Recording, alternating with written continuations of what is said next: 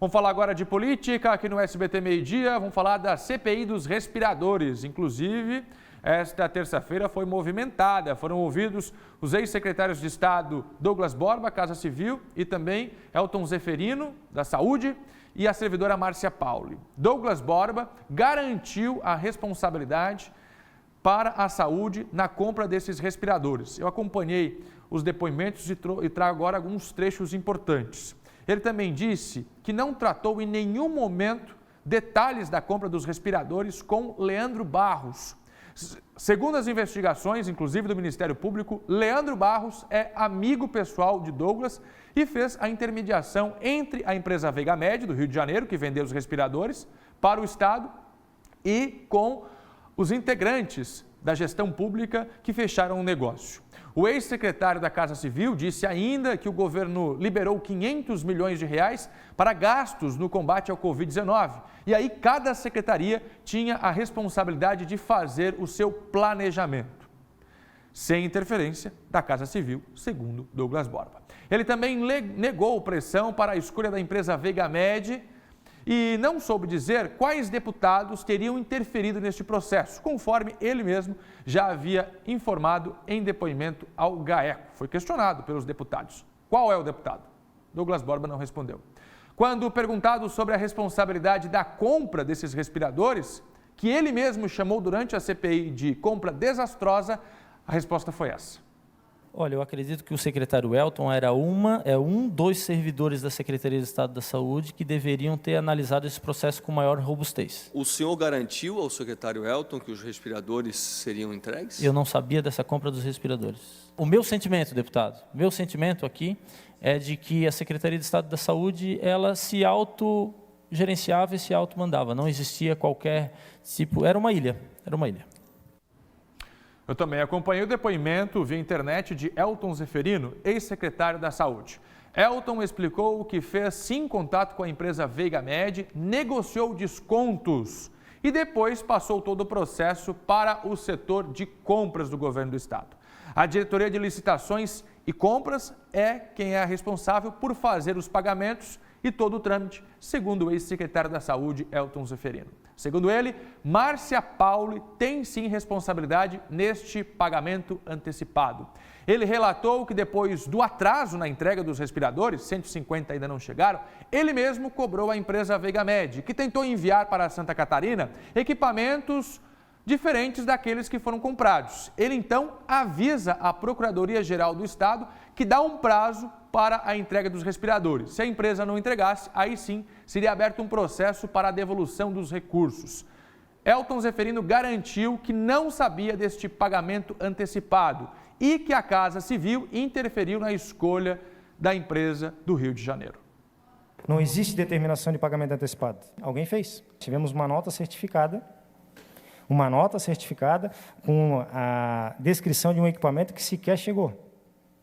Então, aqui nós temos, nesse momento aqui, nós temos um processo de fraude, Então, nós não temos, em momento algum, deste processo, autorização para pagamento antecipado. Tá, mas quem deu essa autorização para pagamento antecipado? A servidora Márcia. Nós temos, assim, uma série de problemas naquela licitação. Qual foi o procedimento do senhor com relação à segurança, a garantia para fazer esse pagamento antecipado? Não existiu, neste processo, por parte do secretário de Estado da Saúde, nenhuma determinação para pagamento antecipado. Segundo Elton Zeferino, a responsável pelo pagamento antecipado seria Márcia Pauli, que também foi ouvida, e eu acompanhei. Márcia Pauli, que era responsável pelas compras da Secretaria de Saúde, disse que foi o ex-secretário Elton que aprovou a compra. Segundo ela, o atual secretário de Saúde do Estado, André Mota, também tinha conhecimento do processo.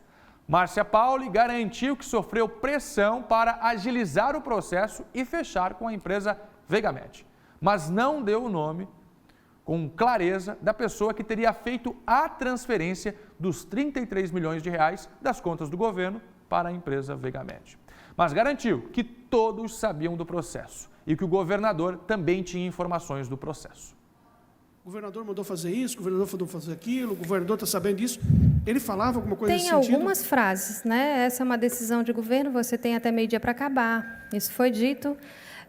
Um dia eu saí do COIS, a gente sempre saía acima de 20 horas, mais ou menos. Eu cheguei na minha casa, a gente sempre chegava e ia se higienizar para jantar, naquele dia que a minha família esperou para jantar comigo, e eu sentei na mesa. Quando eu sentei, a mesa tocou o telefone do secretário Douglas. E aí eu até coloquei nessa oportunidade para o meu marido ouvir comigo. Ele disse assim, vocês têm que parar com o excesso de preciosismo, porque vidas de profissionais e tudo que a gente não consegue entregar para os municípios estão passando pelas mãos de vocês. Então, excesso de preciosismo. Vocês estão com muito excesso de preciosismo. Esse era o tom. Eu sabia que o pagamento era antecipado, todos sabíamos. Eu vou dar o nome de 3 pessoas que sabiam. Diretamente ao meu lado, o secretário Elton, a Márcia, Zé Florencio, gerência de orçamento, comandante lá do Corpo de Bombeiros, e o Tiago também. CPI dos respiradores. Os depoimentos de ontem, uma noite muito movimentada, os depoimentos entraram esta madrugada e agora a Assembleia estuda uma possível acariação entre os 3 que são os principais investigados. Cláudio Prisco Paraíso, o que dizer desses depoimentos, Prisco? Boa tarde. Muito boa tarde, meu caro Fernando, boa tarde a todos. Olha, foram 10 horas de depoimentos. A sessão da CPI terminou às 4 da manhã. Pois muito bem, confronto de narrativas. É um tal entrega-entrega. Os 2 ex-secretários se responsabilizando mutuamente e responsabilizando a funcionária. E a própria funcionária também deixando muito claro. O negócio foi fechado por ordem e responsabilidade do secretário da Saúde, à época, Elton Zeferino. E quem estava levando o nome e quem indicou a empresa Vegamed foi o ex-secretário, então, à época, da Casa Civil, Douglas Borba. Agora, o curioso é que os 3 reconhecem que houve fraude. Mas nenhum dos 3, evidentemente, se responsabiliza. Todos os 3 negaram. Só faltou dizer que a responsabilidade é do mordomo.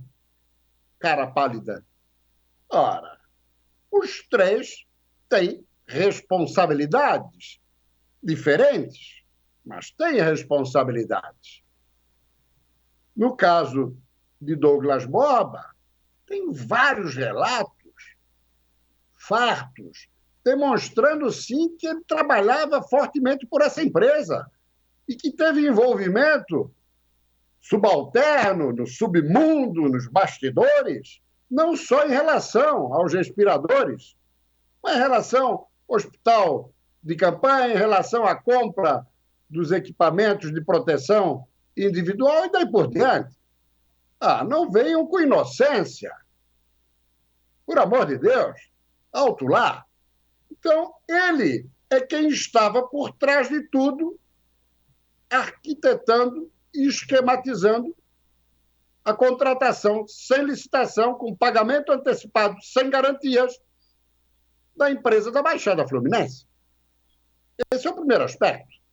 Com relação a Elton Zeferino, tem responsabilidade, sim, como ordenador primário de despesa no exercício da Secretaria da Saúde. Ora, e a própria Márcia Pauli também tem responsabilidade sobre o aspecto administrativo. Ela poderia perfeitamente ter se recusado a levar a bom termo aquela contratação, entregado o seu cargo de comissionado, ela que é funcionária efetiva. Não o fez. Também terá que responder. Em menor grau, em relação aos 2 secretários ou ex-secretários, claro, mas também terá que responder. Agora, ela falou uma coisa também muito importante, que é exatamente o fato de que o governador Carlos Moisés estava ao par da contratação dos 200 respiradores. Que isso foi tratado numa live. Ora, ela informa também que Douglas Borba falava em nome do governo, do próprio governador. O governador deu carta branca a Douglas Borba? O autorizou a falar em seu próprio nome? Ou usou o nome do governador em vão? Isso tudo precisa ser esclarecido. E sobre isso, até hoje, o governador não se explicou adequadamente. Porque aí levanta uma suspeita sobre a sua figura, porque o governo, a suspeita já está levantada, como um todo, mas na figura do governador. Portanto, é importante que venha a público e se posicione claramente. Agora, o mais interessante de tudo de ontem foi que surgiu, tanto da parte de Borba quanto de Pauli, a informação de que um deputado, num primeiro momento, em outro, mais de um deputado, portanto, alguns deputados, teriam procurado tanto Pauli quanto Borba intercedendo por alguns fornecedores. Agora, o curioso é que nem ela nem ele lembram o nome dos parlamentares. Ela até vá, tudo bem, funcionária, não tem obrigação de ter registrado, gravado o nome, mas ele, como articulador político do governo, que fazia a interlocução do executivo com o legislativo, esqueceu o nome do parlamentar? Que brincadeira é essa? E uma aberração. Entre as atribuições de um deputado não está interceder a favor de fornecedores para serem contratados pelo governo do Estado, ainda mais com dispensa de licitação em momento de pandemia, com decreto aprovado pela própria Assembleia de calamidade pública. Como assim? Isso é uma prática promíscua por parte do deputado? E isso precisa ser investigado? As investigações, aliás, precisam avançar, porque na medida em que o nome do parlamentar ou os nomes dos deputados não vêm a público, o que ocorre? Estão os 40 sob suspeita. A própria Casa Legislativa fica numa situação absolutamente embaraçosa, considerando que a CPI funciona na Assembleia, é uma comissão parlamentar de inquérito. Isso é grave, sob pena de colocar em risco a legitimidade da própria apuração da CPI. E, para encerrar, na próxima quinta-feira fala o secretário atual da administração, à época adjunto, André Mota Ribeiro. Prestará depoimento na quinta. E a cariação, Fernando, como você bem disse, frente a frente, os três, Elton, Borba e Márcia, na próxima terça-feira. Legal, Prisco. Obrigado pelas informações. Cláudio Prisco, Paraíso e a Política.